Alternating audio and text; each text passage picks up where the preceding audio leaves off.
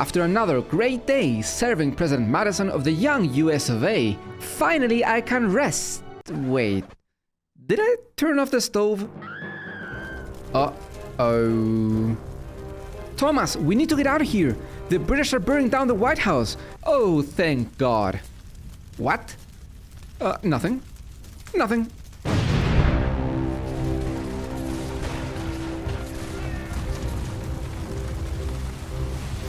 By the early 1800s, the US had only recently become independent.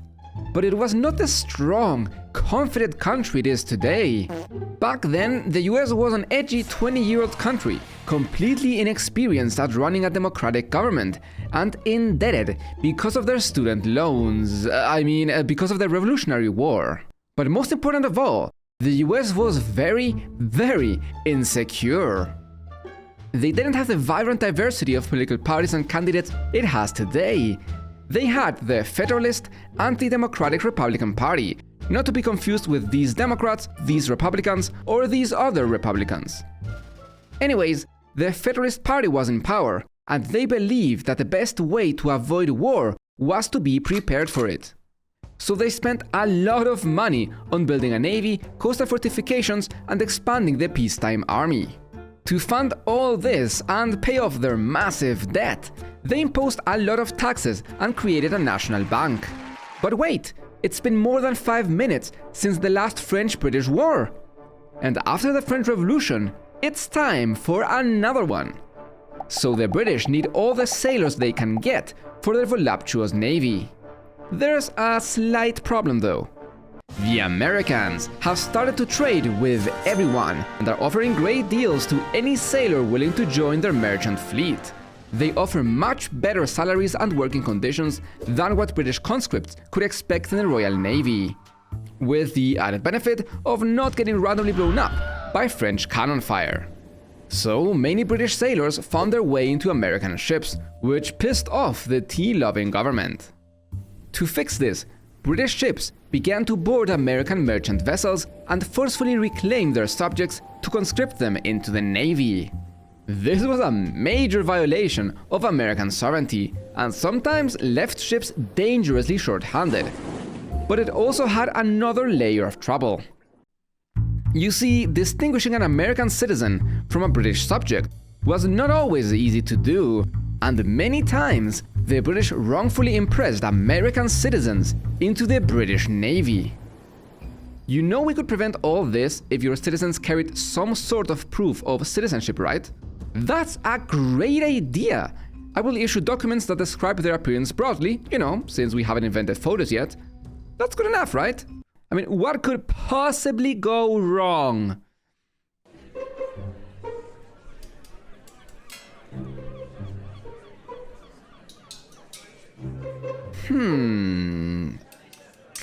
Can I help you? You kinda look like me. I mean, we all do. Nick sucks at drawing. Yes, but you more than the others. Okay. Can I buy your ID for $1? What? The ID system is the only thing preventing us from getting wrongfully impressed. Selling it to you would undermine the trust that it is built on. You think I will do that for a mere $1? What if I make it 2? Deal. Nice. I mean, what's the worst that could happen, right? It's not like our countries would go to war over this, right? Yeah, about that. The misuse of the system made it even harder for the British to distinguish between British and Americans, even when they did make an effort. And although the British did make honest efforts to repatriate wrongly impressed Americans, this process could take years. These poor Americans would have given anything to hide their identity from the British. But while they couldn't, you absolutely can, thanks to Aura, today's sponsor. Let's get real. It's no secret that companies are selling your data left, right, and center. All those apps you download on the phone for free, well, there's a very good chance that they are free because the product is your private information. Remember all those times you clicked that you had read and agreed to the terms and conditions while having neither read nor agreed to the terms and conditions? Your data is being tracked everywhere, And if it's not being sold in the billion-dollar a year data brokers market in one of the many data breaches that happen every single year. This actually happened to me. Last year, I received a suspicious email that claimed to have hacked my computer, and now they wanted me to pay them some crypto, of course it's crypto, in exchange for them not messing up my computer. I mostly ignored this because it was obvious phishing, until I saw that they said this. In case you doubt this is real, your password is X. And that was my actual password. Not my current one, but one that I had used not too long ago. So I actually got nervous for a moment until I went online and saw that there was this game where my email had been my username and the password that they sent me was the password that I had for that game. So it turned out that there had been a data breach in that game and the scammers were trying to trick me into believing that they had somehow hacked my computer. So this is where Aura comes in. Aura provides a bunch of security-related services to protect you and your family online. They can find and remove your stolen or sold data from the internet and offer identity protection up to $5 million in identity theft insurance for your family and even assistance in dealing with identity theft or fraud incidents. They even help protect against bank fraud, monitor your registered financial accounts on the dark web, and inform you if they are being exposed, and can even inform you of registered sex offenders in a 1-mile radius of your home to better protect your children. They also offer a VPN, antivirus, and password manager. They can help you remove your accounts from spam lists to avoid spam calls and emails, and so much more. Aura is exclusive for those of you living in the United States, but if you use my link in the description, you will get a 14-day free trial to check it out. And if you do decide to pay for it, they have a 60-day money-back guarantee, so there is literally nothing to lose by trying it out. And just by trying it out, you are already supporting my channel. Aura can be a worthwhile investment in today's chaotic online world, so I encourage you to go to the link in the description and try it out. Anyways, the British and the French are at war again. Because of the war, the Brits also restricted the US's ability to trade with the French.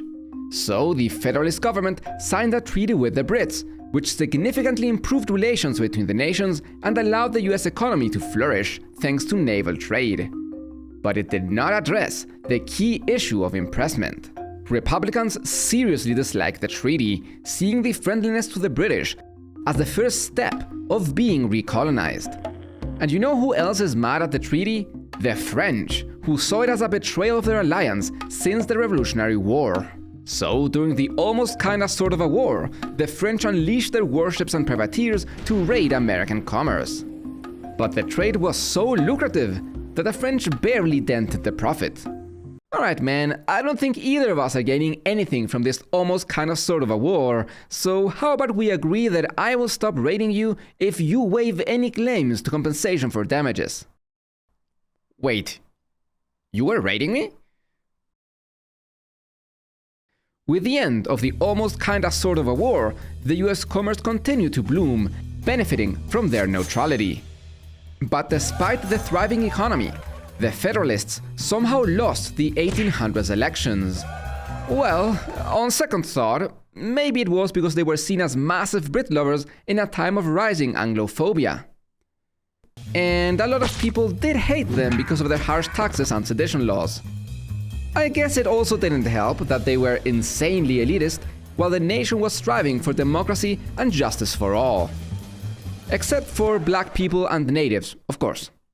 So democracy and justice for all white people. And like, white. So no Irish, no Italians. Or Poles. Or Jews. Or Muslims. So democracy and justice for all real white people. As long as they are men, of course. And not gay. And also not. Finally, we are in power. Now we can start working on our country's debt. So let's start some change around here, right guys?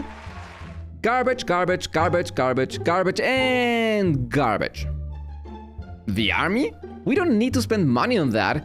It's not like we're gonna go to war with the British again in 12 years or something. They're too busy fighting the French every 5 minutes. What are they gonna do anyways? Burn down the White House? The Republicans gutted the Navy and let go of many good army officers. The remaining officials were so incompetent that the army itself might as well have been disbanded. Their plan was to rely on militias and privateers, which were much cheaper and only needed to be paid when called upon. Privateers, which were private ships that harassed enemy commerce, could even bring in revenue if their bounty was taxed. Ah, what a lovely day it is here in 1807 aboard the USS Chesapeake. Why does the captain say that every day? Hello, mate. I've heard you guys have 4 of ours on board. Kindly let us board to reclaim them on behalf of the Royal Navy. You will do no such thing. We fought a war to be free from your tyranny. Give me liberty, or give me death. It's them. The Chesapeake incident infuriated the American public, especially because 3 of the 4 British sailors were actually Americans who had deserted the Royal Navy after having been wrongfully impressed. And although the British offered to pay reparations and free the Americans, the damage had already been done. Uh-oh. Now that Napoleon is in power, France and Britain have gone to war again. And again, Britain doesn't want France to be trading with its colonies. So the US cleverly starts shipping exports from the French Indies to France, bypassing the British blockade and making tons of money. But the British did not like this one bit, so they passed the Essex Decision, crippling the American re-exporting industry. The US and Britain almost signed a treaty in which the British made significant concessions to the Americans, but since they still refused to end impressment, President Jefferson did not submit the treaty to the US Senate. In 1805, Britain beat France's butt at Trafalgar, becoming the undisputed master of the sea. But 6 weeks later, France beat the Third Coalition's butt at Austerlitz, becoming the undisputed master of continental Europe. Which made the war become a little awkward. Britain couldn't really get on land to finish off France, while France couldn't cross the sea to finish off Britain. So Britain issued a proclamation declaring a partial blockade on Europe. Oh yeah? You want to blockade me? I will blockade you! Oh yeah? You can't blockade me. If I blockade you, no one can trade with you anymore unless they stop in Britain first and pay transit dues because I'm broke and I need money. Oh yeah? Then any neutral vessel that submits to your trade regulations or even permits one of your search parties on board will be subject to seizure. Oh yeah? Then I'm going to blockade you even harder. You guys know you're both violating international law, right? But he did it first! Both sides extensively looted neutral trade, and even though neither blockade was total, Americans saw great losses and had almost 1,000 ships seized from 1807 to 1812. This is outrageous! We are the United States of America! We will not be disrespected like this! We will embargo both of you! That will teach you some respect! The American commercial sanctions were incredibly effective at destroying their own economy, while the Europeans were barely hurt by them. In fact, the French used them as a pretext to seize even more American ships. In 1811, the frigate USS President was patrolling the American coast to prevent impressment when they spotted what they thought was the British HMS Guerriere, which had recently impressed a sailor from Maine. But their ship turned out to be the HMS Littlebelt, a much smaller ship. The ships exchanged fire, and the HMS Littlebelt was severely damaged and lost several sailors. Of course, both the British and Americans claimed to have responded to aggression from the other. Americans celebrated this as retribution for the Chesapeake incident, while many British demanded retaliation, although they decided to just let it go. But if the maritime situation was tense, the situation in the American West was even worse. American settlers had long been venturing into Native American land and violating treaties over and over again. This may sound bad, but you have to remember, American settlers were special. They were not like those dirty natives, no. They were chosen by God. It was their manifest destiny to kill the natives and steal their land, to spread democracy and capitalism from the Atlantic to the Pacific. This prompted many natives to seek an alliance with the British, who provided them with weapons and supplies, not because they cared about them, no, but because they realized the natives could be valuable tools in case of another war with the Americans. So, as the Americans expanded westward, the natives' attacks increased in frequency and brutality. When the governor of Indiana was trying to raise Indiana to statehood through white settlement, two Native American brothers, the prophet Tenskwatawa and his brother Tecumseh, began forming alliances to stop further land cessions. They established their base at Prophetstown and oversaw an increase in depredations against the invaders. Harrison led an army of 1,000 men and in the Battle of Tippecanoe forced the natives to retreat, although their depredations would continue. Many Americans, especially Republicans, saw the British as responsible for these attacks and felt that war was the only way to solve all their problems. Noticing the tensions, the British tried to improve relations with the Americans. In the spring of 1812, they ordered their navy to treat American ships with special tact and be very careful not to impress American citizens. Alright mate, we'll suspend the orders in council and allow you to trade with Europe again if you agree to use British licenses. British licenses? What's next? Do you want us to surrender our independence? We fought a war to be free from you, dadgummit. On June 16, 2 days before the declaration of the war, the British offered to suspend the orders in council if the Americans dropped their ban on British imports. And without even waiting for an American response, they scrapped the entire system of blockades and licenses altogether. But they made a terrible job of announcing their decisions, and since the Americans had recalled their diplomats from London, the news didn't reach them until it was too late. And after pressure from war hawk politicians, President Madison decided to declare war on the British. But the Federalists strongly opposed the declaration of war, and after a Federalist newspaper declared itself against the war altogether, a series of brutal riots occurred in Baltimore to suppress any dissent of the war. Despite opposition, the US declared war on June 18, 1812, although the exact reasons and goals of the war are still uncertain and disputed. They decided to go after Canada, which they had been ruling over since the Revolutionary War. The plan was to cut off the British from their native allies and take control of trade in the West Indies, hoping that the British would be unable to respond strongly to the invasion since Napoleon was preparing to invade Russia. And what could possibly go wrong? But even if permanently annexing Canada was not possible, taking it would, at the very least, serve as a strong bargaining chip against the Brits. And they thought it would be relatively easy to take because of its smaller population, distance from the British Isles, and because they thought Canadians were eager to join the greatest country on the planet. But except for isolated riots, the majority of Canadians remained loyal to the British. The American strategy was to go for a three-pronged attack on Canada, with simultaneous fronts on Montreal, Detroit, and the Niagara. The US chose William Hull, the governor of Michigan and a veteran of the Revolutionary War, to lead the campaign in the West. Hull led an army of militia to Detroit and then moved on Fort Amherstburg, seizing the village of Sandwich. 200 of his men refused to follow him outside of US borders, but his force still vastly outnumbered the defenders. But he quickly became afraid of his supply lines being harassed by the British and their native allies, so he sent 200 men to reinforce it, who were then attacked by Tecumseh and forced to retreat to Detroit. The Canadians, led by General Isaac Brock, were strengthened by reinforcements and took an outpost in Mackinac Island, which led Hull to believe that he was being surrounded.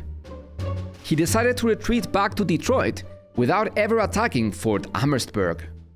His troops lost faith in his leadership, and dissent grew to the point that his soldiers even considered mutiny. With the approaching enemy forces, Hull ordered the evacuation of Fort Dearborn. But Potomac warriors ambushed and massacred the soldiers. Brock and his forces began a siege of Fort Detroit. Fearing a massacre by the Native Americans, Hull surrendered Detroit and his entire army without even consulting his officers. He was later court-martialed for cowardice. After Hull's fiasco, the US assigned William Henry Harrison to take charge of the Western campaign. Harrison defeated the Miami natives at the Battle of Mississauga. He then tried to retake Detroit, but was defeated at Frenchtown and was forced to leave behind wounded soldiers, who were then massacred by the natives in what became known as the River Raisin Massacre. Tecumseh and British Colonel Henry Proctor then sieged Fort Meigs and Stephenson, but failed to take either. Well, the Detroit front did not go as expected. How's it going elsewhere? The Americans sent Major General Stephen Van Rensselaer to cross the Niagara River and take Queenston Heights.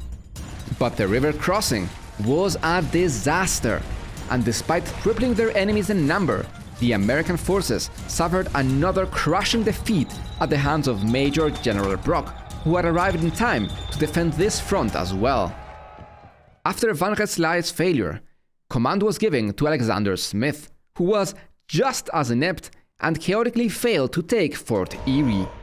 The only American achievement was the death of Major General Brock, who would become a beloved Canadian war hero. Okay, so 2 of the fronts have ended in disaster, but there's just no way that the Montreal front is as bad, right? Well, the American general here was so old that he was nicknamed Granny. So, yeah. He crossed the border with a small group of soldiers to chase down some natives, but ended up fighting the Battle of the Lacolle Mill, which was so chaotic that the Americans opened fire on each other. When Granny returned to his camp, his soldiers refused to follow him into Canada, and the campaign failed before it even began. Okay, that sucked. So let's replace these old dudes with these younger dudes who have shown talent. Your job is going to be to retake the Northwest, drive the British from the Niagara, and take control of the Great Lakes. Without roads, whoever controls the lakes controls the borders. The Americans deployed thousands of workers and built over 11 ships in just a few months. On April 27th, the renewed American force landed on the western shore of Lake Ontario and attacked York, the capital of Upper Canada. The Americans defeated the outnumbered British at the Battle of York, but before surrendering the city, the British blew up their fort and dockyard. The blast from the explosion was responsible for the majority of the American casualties in the battle. The American commanders Pike and Dearborn had agreed to respect private property after the surrender of York, but they were unable to control their soldiers, who plundered at will and set fire to legislative buildings. In May, the British attacked the American naval base at Sackett's Harbor. Sir, the British are overwhelming our defenses. Damn it! We have tons of valuable materials to build and sustain our fleet stored here. They will not take them. Burn this place down. The new ship we were building, burn it down as well. Sir, great news. The strong winds prevented their navy from joining, and we just repelled their ground attack. They're retreating. Oh sh**, oh sh**, oh, oh damn it, oh. Can you please cut to something? At the end of the month, an amphibious American assault took Fort George, and the British evacuated many forts along the Niagara River, including Fort Erie. The situation in Upper Canada had become so dire that many native tribes were now considering switching sides. But the Americans did not pursue the retreating British, which gave them time to regroup and counterattack at Stony Creek, forcing the Americans to fall back to 40 Mile Creek. With the British situation improving, more natives joined the British ranks and forced the Americans back to Fort George. The Americans then tried to launch a surprise attack on a British garrison at Beaver Dams and stayed overnight at Queenston.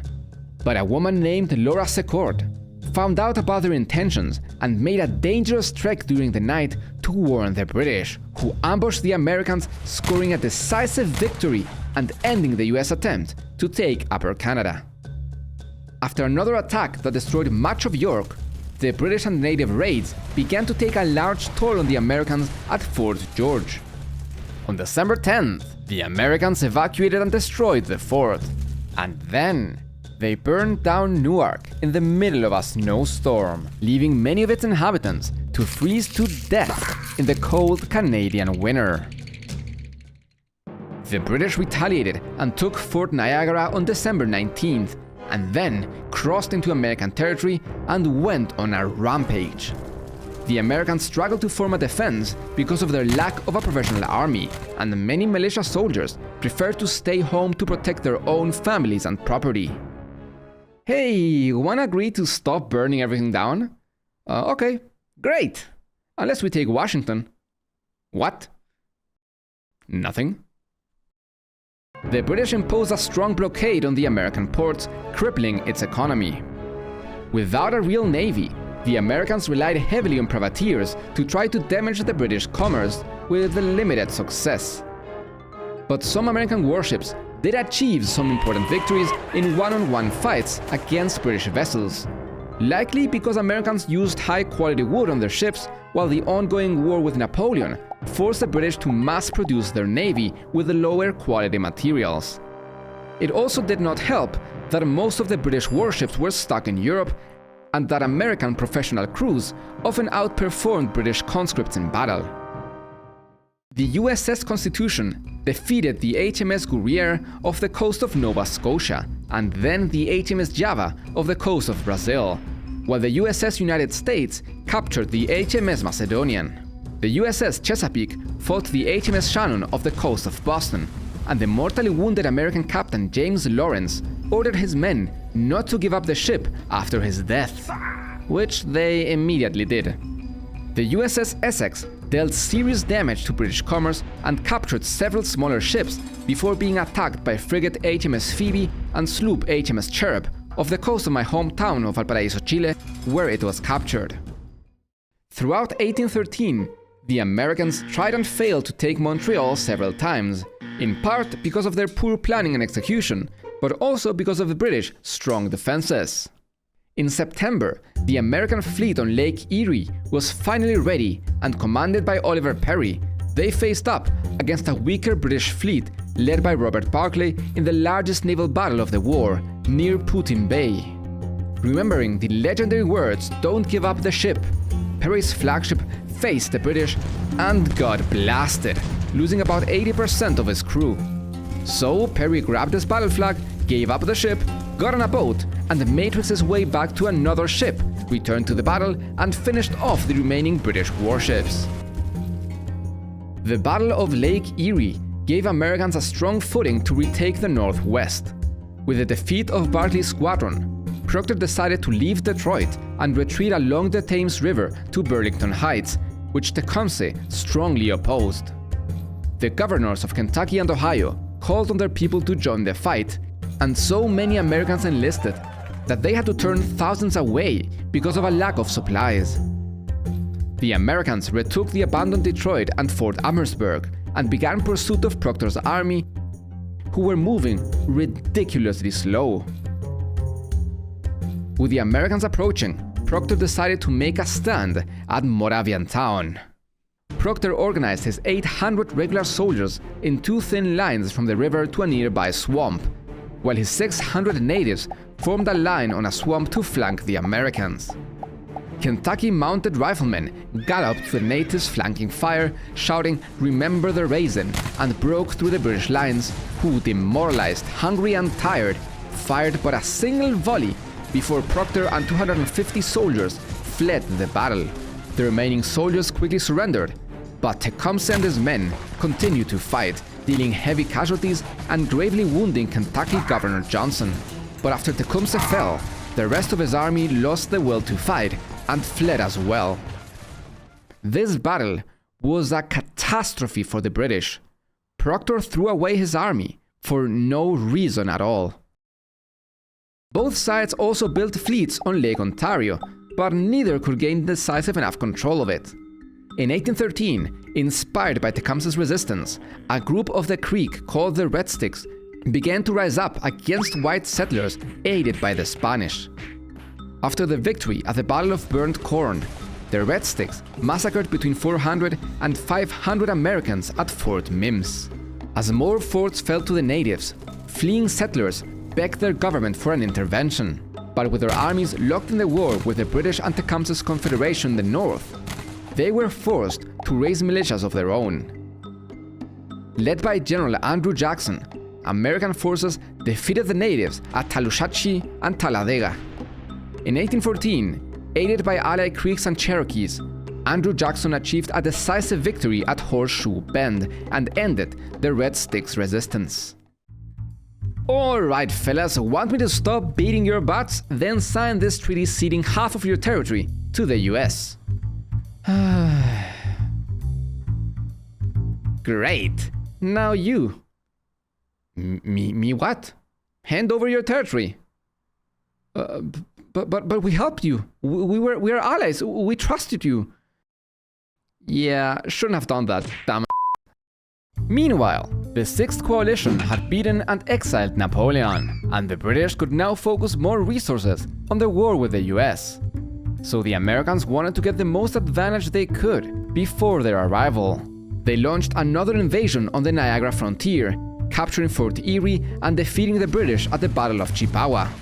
But the British held their position at Lundy's Lane, and the bloodiest battle of the war unfolded, ending in a stalemate. The Americans retreated back to Fort Erie and later withstood a siege, dealing massive casualties to the British forces. After a few more raids, the Americans decided to burn down the fort when they heard that the HMS Lawrence was on its way, armed with over 100 guns. 15,000 British soldiers arrived in North America to gain control of the lakes and defend Lower Canada, but battles on the lakes were mostly inconclusive. The British then took Maine, which was a hub for smuggling trade, without much resistance. The British Navy wreaked havoc on the Chesapeake Bay, and in August 1814, British soldiers arrived from the Spanish Peninsula, defeated the US defenders at the Battle of Bladensburg, and then moved on Washington. Knowing that the British would likely retaliate from all the burning the Americans did in Canada, the American leadership escaped Washington and removed valuable documents, including the original US Constitution. The British then burned down many public buildings, including the Presidential Mansion and the Capitol.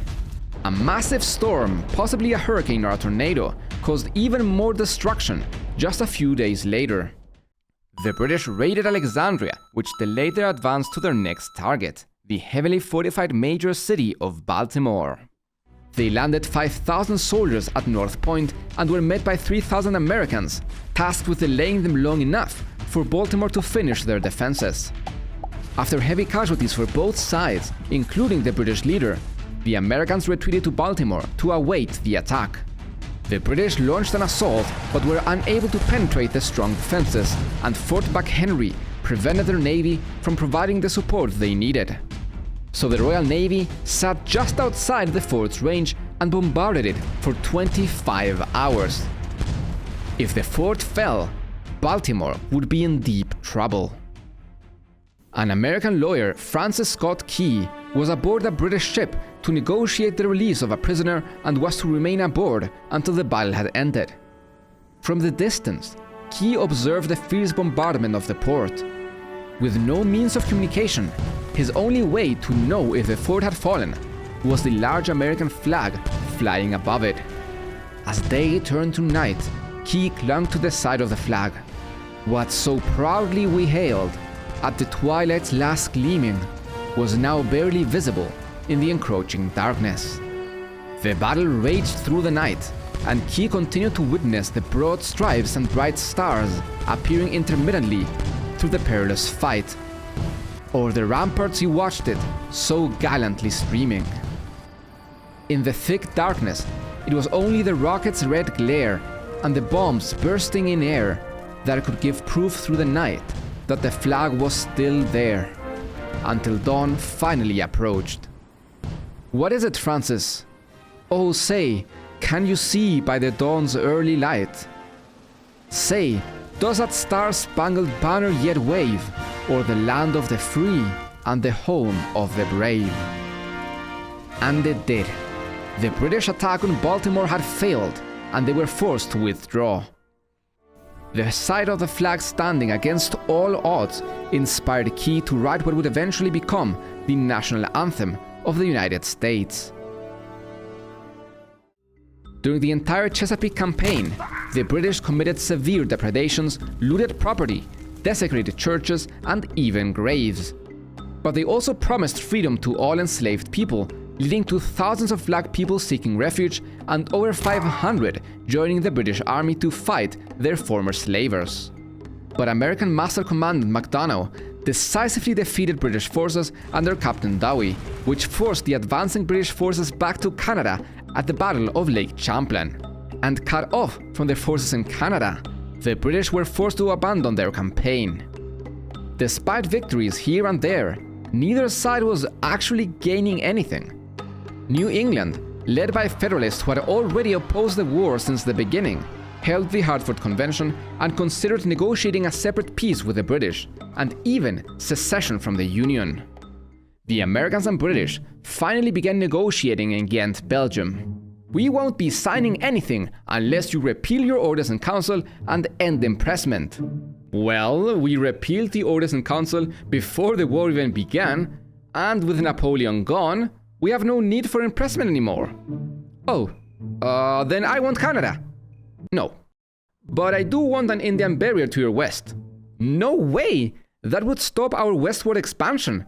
And it is our manifest destiny to genocide the natives. Okay, that's fair. Listen, Nick is gonna be streaming on Twitch in a bit. Can we speed this up? Sure. Wanna pretend this whole thing never happened? Good enough for me! Well, I hope no one does anything stupid before the news of the war's end reaches them. Haha! We had to abandon the Chesapeake campaign, but now we will end the Americans from the south by taking New Orleans. They will never expect this. In December 1814, the British defeated the Americans at the Battle of Lake Borgne, but the delay gave Andrew Jackson time to organize a defense of the city. He launched a surprise attack on the British forces at the Villiers Plantation, inflicting many casualties. The British attack on New Orleans was a disaster, taking over 2,000 casualties to the Americans' 70. While the Americans failed to force the British to make any concessions, the war did play a major role in defining American politics. The Federalists' continuous opposition to the war was perceived by many as disloyalty and discredited them in the eyes of the public. The war would be seen by many as a second war of independence, and the rising Anglophobia would propel both Andrew Jackson and William Henry Harrison into the presidency. But for the British, the War of 1812 was but a side quest during the Napoleonic Wars, and were content to restore the status quo from before the war, especially since Napoleon soon returned to Europe to fight one last time. For them, the war quickly faded into oblivion. The conflict also played an important role in forming a Canadian national identity. Although at one point very close to the Americans, the atrocities committed by their neighbors encouraged them to think of themselves as Canadians for the very first time. While no one won the war, the Native Americans and First Nations definitely lost. Used and discarded by both sides, the War of 1812 marked the beginning of American westward expansion, and would now endure the full wrath of America's genocidal desire to take over the continent.